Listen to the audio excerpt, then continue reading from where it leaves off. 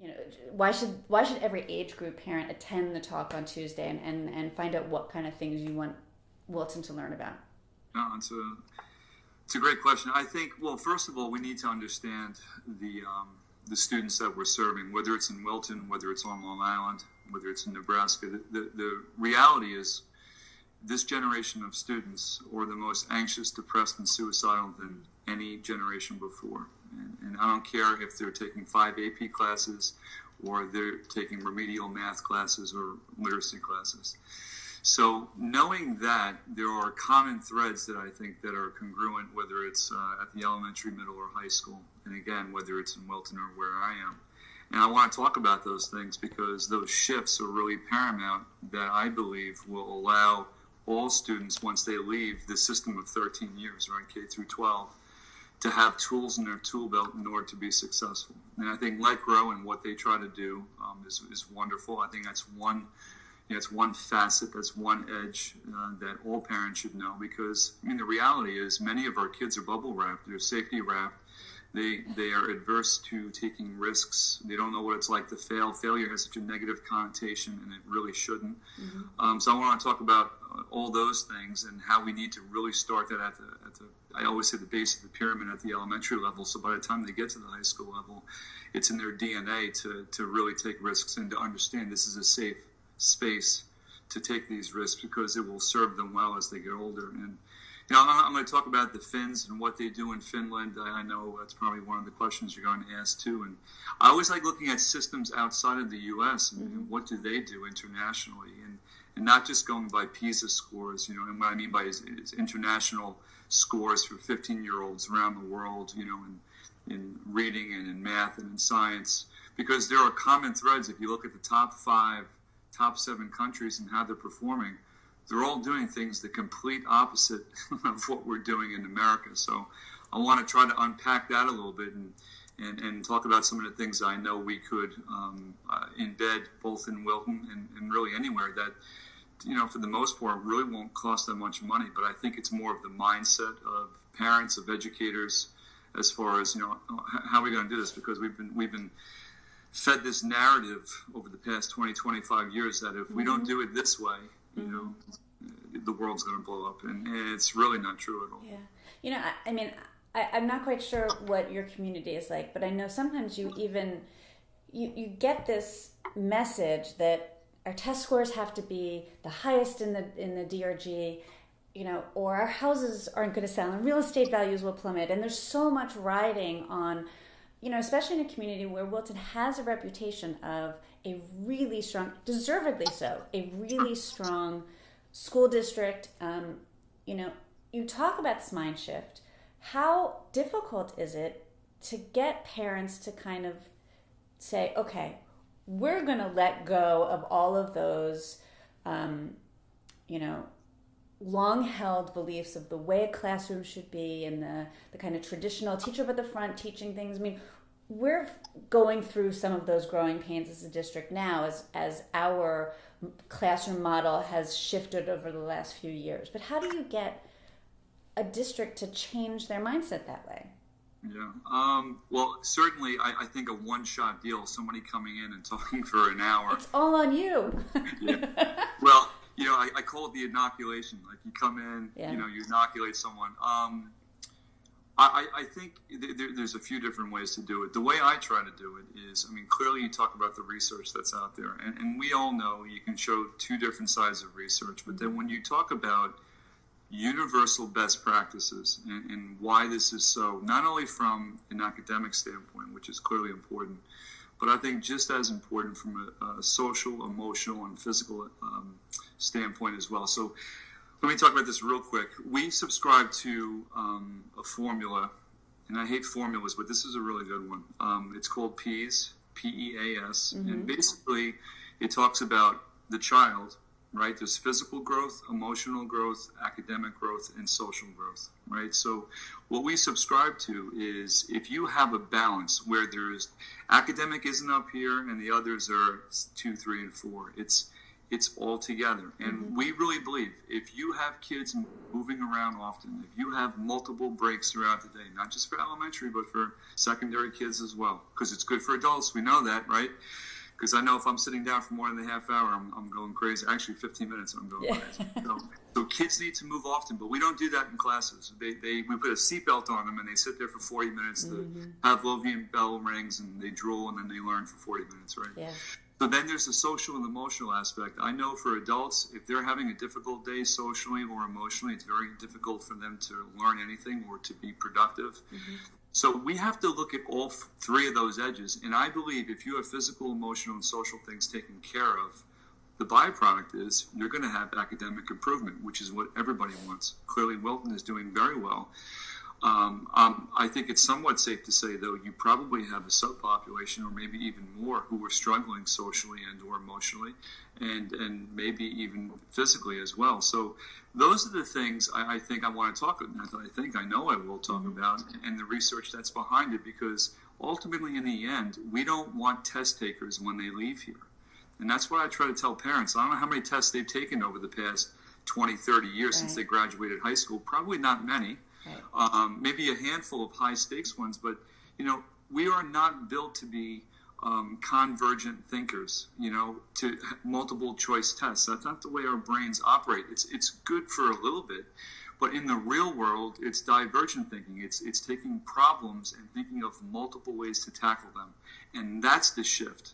That's the real shift I want parents to understand, that we need kids moving, we need to do certain things emotionally and socially for kids, and then to change the way that we go about our business in schools to have more of divergent thinkers. And that's, I think, universally what they do in Finland, what they do in a whole, Singapore, and what they do in a lot of other countries. They're shifting away from this model that we have embraced here for so long. And ultimately, in the end, I think our kids are going to suffer for it if we don't make those shifts.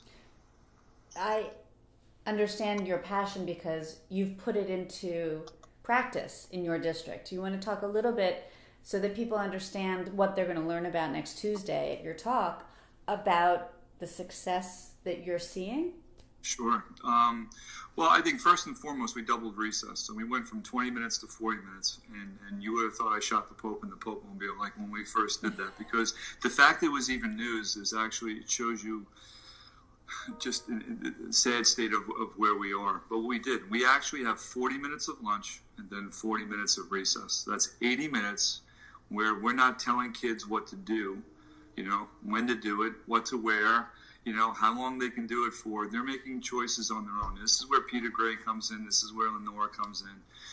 As far as having student-directed, child-directed opportunities to make decisions on their own. And we have seen a seismic shift. We also believe the journey inward in our school district is just as important as that journey outward. So we teach kids mindfulness and meditation and yoga. So we have...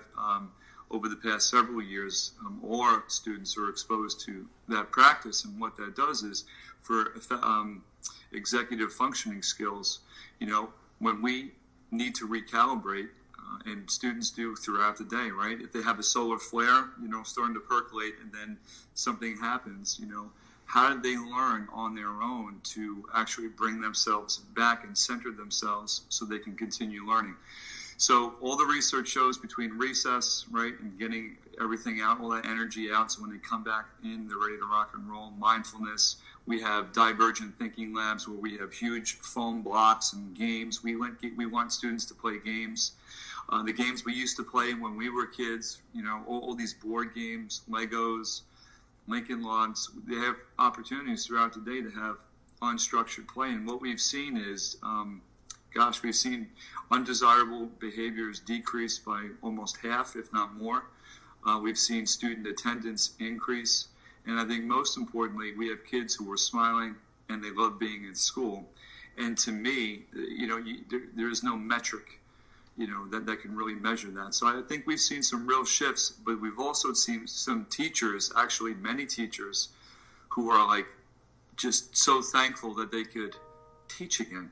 And they're not just getting through the curriculum. They're actually teaching again, and we trust and honor their judgment. So there's been a couple of seismic shifts, but in anything, especially in schools, change is probably one of the hardest things to do. So there's a lot of different variables and factors in there. There's a couple other things we did, but I think for now that's probably enough. Yeah. I think. No, I think it'll be good. I'm looking forward to hearing you speak, and I know a lot of other people are really looking to learn about the impact that this has had where you are, and how our school district is going to start to integrate some of those things. Thank you. Appreciate it. And I just want to add one thing, because there is a secondary piece that I think Wilton would totally understand, because this is something I'm tackling right now, and it's very difficult where we are. We have lots of students who are taking multiple AP courses, right? They feel this need. I don't know where it's coming from, but it's coming from somewhere. Where if they're not taking 3, 4, 5 AP courses starting when they're sophomores, and then they're not taking lunch, right? And then they're playing a sport, or they have a club after school, then they have 3 hours of homework, and they rinse and repeat that cycle.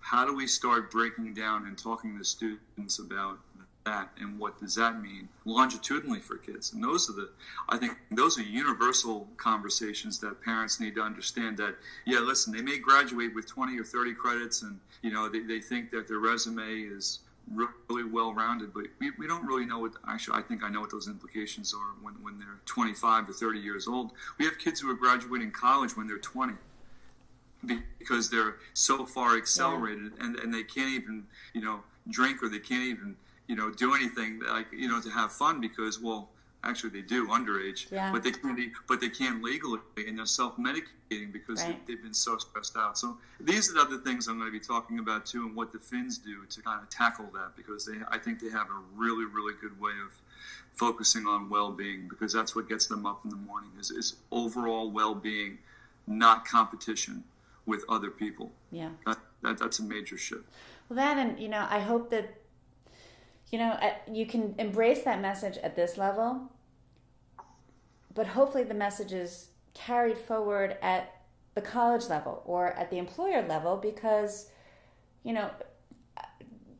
that belief that the kids have, that the students have about, I need to take so many AP classes, I need to have the service and the leadership and all of these, standout resume building things.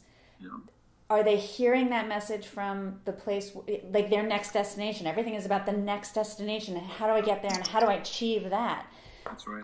Is the message going forward to the colleges and the employers and those people that we're going to respect the whole, taking care of that whole child when they're in the high school, middle school, and elementary school levels? Yeah, and we can also talk about, too, I know we don't have too much time, but it's true, because you're right. Does it start with the guidance counselors? Does it start with the principal who wants to make sure that the graduation rates are as high as they can be, and 98% of kids are going to 4-year colleges, and 10% of kids are going to Ivies, or whatever it is, right? Yeah. So all those things, I think there's a lot of connections there, but I think the bottom line is we can make changes. I think the more parents are armed and they understand, I think that's really where the changes come from. It comes from parents. I have to be honest with you. I don't really think much of the changes as far as overall systemically, if parents are really loud about certain things, I really believe we have to listen to them. And we don't have enough parents doing that, because I just don't think they know. It's not that they don't care. I just don't think that they know. So hopefully I can get that information out.